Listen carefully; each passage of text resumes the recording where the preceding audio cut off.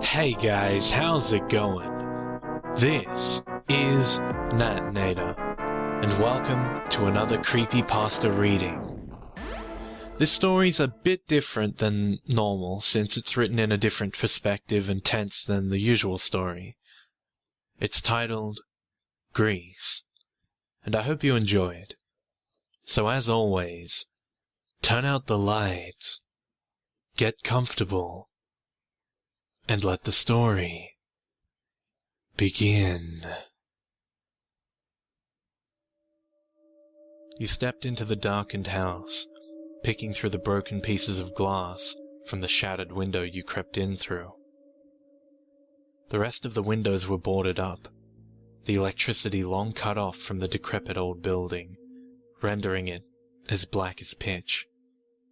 You don't remember how long this house has been here, on the edge of the forest, with its long winding driveway and crumbling old pillars made of the remnants of a gate.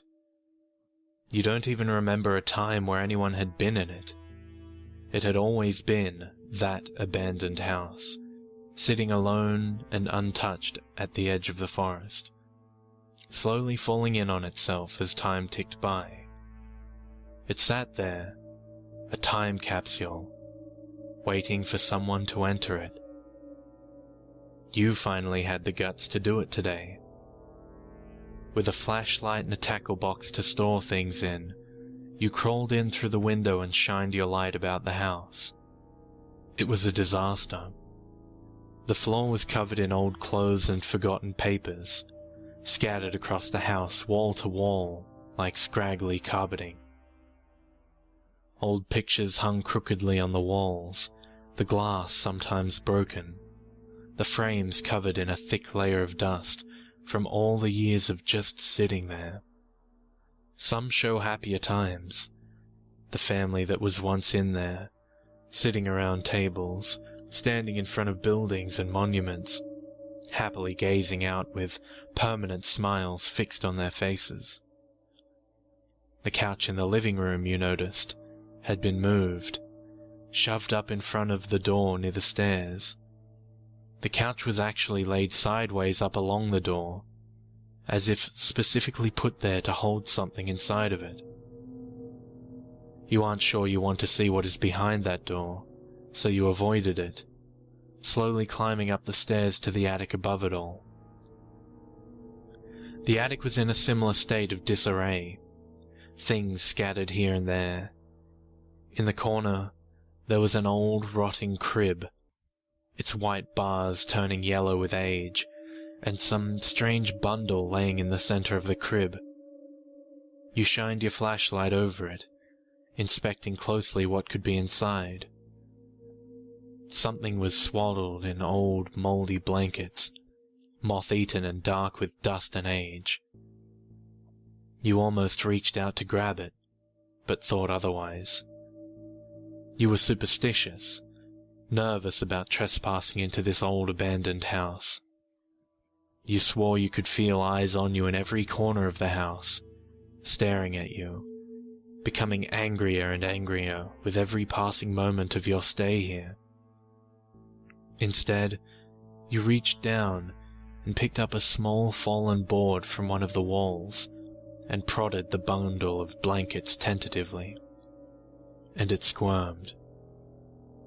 You leapt back, gripping the board like a sword, as the pile of blankets twitched and writhed for what felt like ages, until it finally settled again, crooked and cocoon-like on the crib. You hadn't imagined it. It had definitely moved. Your heart still pounded from the sight, but you stepped forward again, boldly using the board to try and unwrap the mass of blankets. Again, it began to squirm and writhe, almost attempting to pull those blankets tighter around it, fighting every attempt to roll it over and inspect it fully. Finally, at last, something gave way, and the blankets fell away. A dark, greasy stain sat heavy in the center of the blanket, and a foul smell rose from it. some strange mixture of bodily excretions and dust. The bundle had been empty. It was as if the space had been occupied with nothing but air. But the stain sat there, filling the expanse with the scent of dead flesh and sweat. You gagged and backed away from the source, staring at the yellowish-grey stain in the middle of the blankets. This had now become too strange for you to enjoy. It was certainly past time for you to go.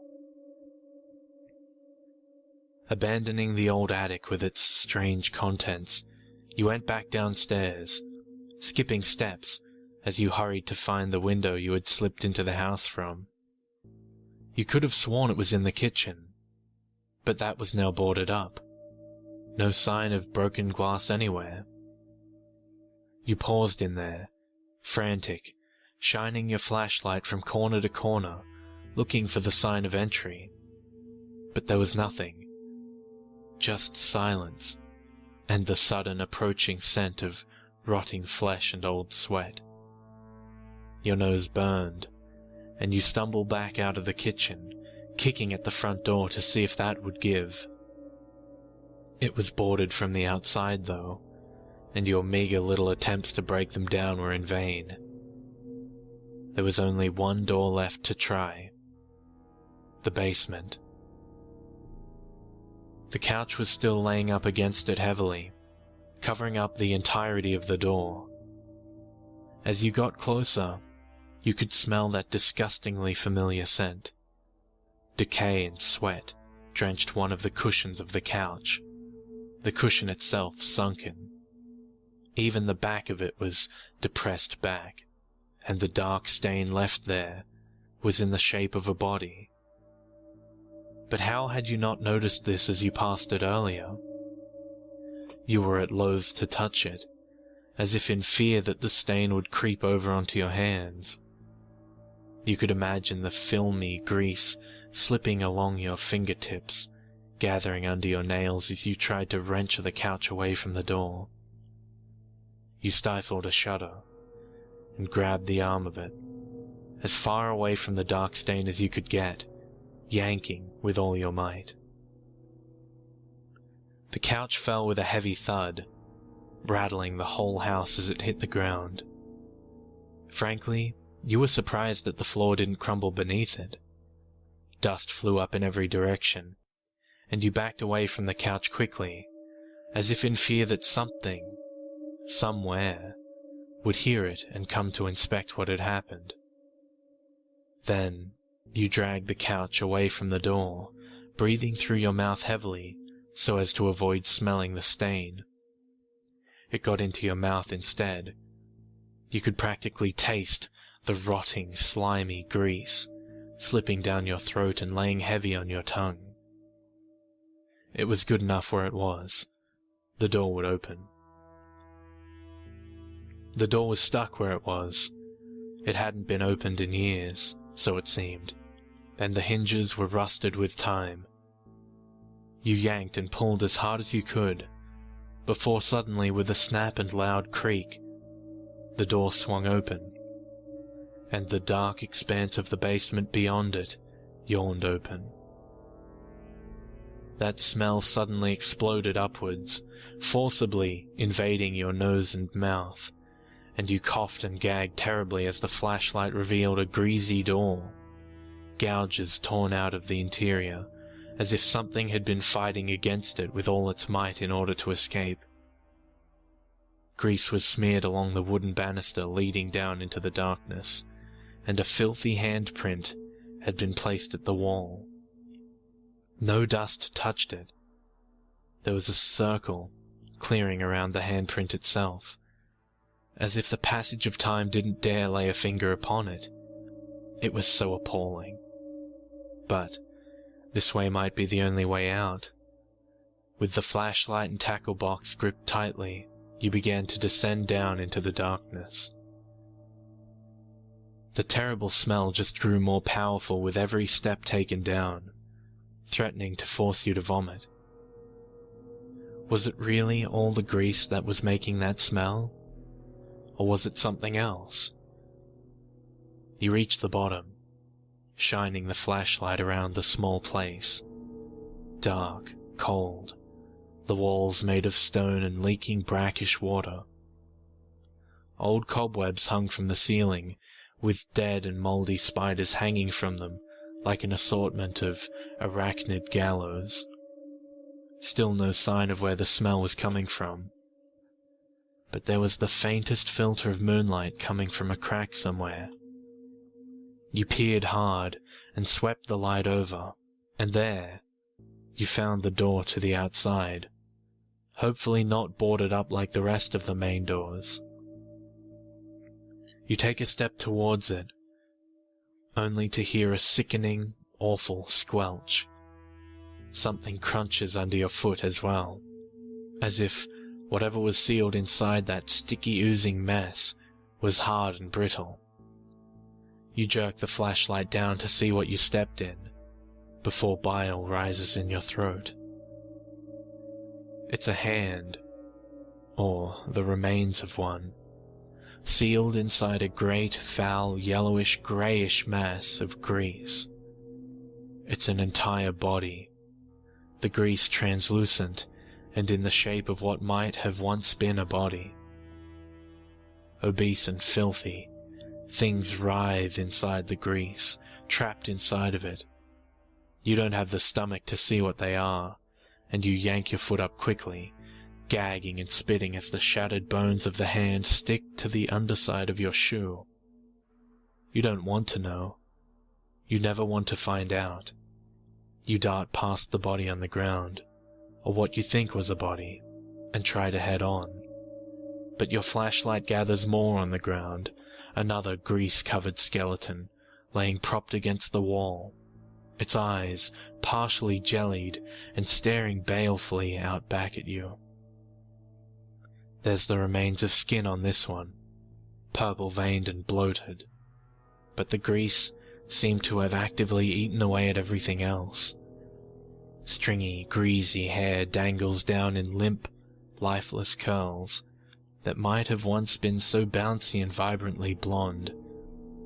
You can't hold it anymore, and you violently empty your stomach onto the ground, that smell just compounding the scent of death and decay in the basement. You have to get out. You focused on the door and went to shove it open. Once, twice, 3 times you try, the hinges groaning and the wood creaking. Finally, at the point where you were sure it was all for naught and you'd be trapped in this awful house with the corpses, the door gave way, and fresh air and moonlight streamed in through the open door. You rushed outside, and didn't even bother to shut the basement door behind you. You left that dark, black house with its strange secrets and returned to your home, crawling into bed before falling into a restless, difficult slumber. Weeks pass, and the house was slowly pulled out of your mind, as other things came up and life in general took over. You returned home one day to your house, unlocking the door and stepping inside, and all at once, a familiar scent greeted you, of decaying flesh and old sweat. Your stomach instantly tightened up in knots, and you instantly turned on all the lights, desperately seeking out where the smell was coming from. You didn't notice the greasy handprint on the wall, or the dark, filthy footsteps leading down to the basement. But you will, eventually. Some secrets want to be known.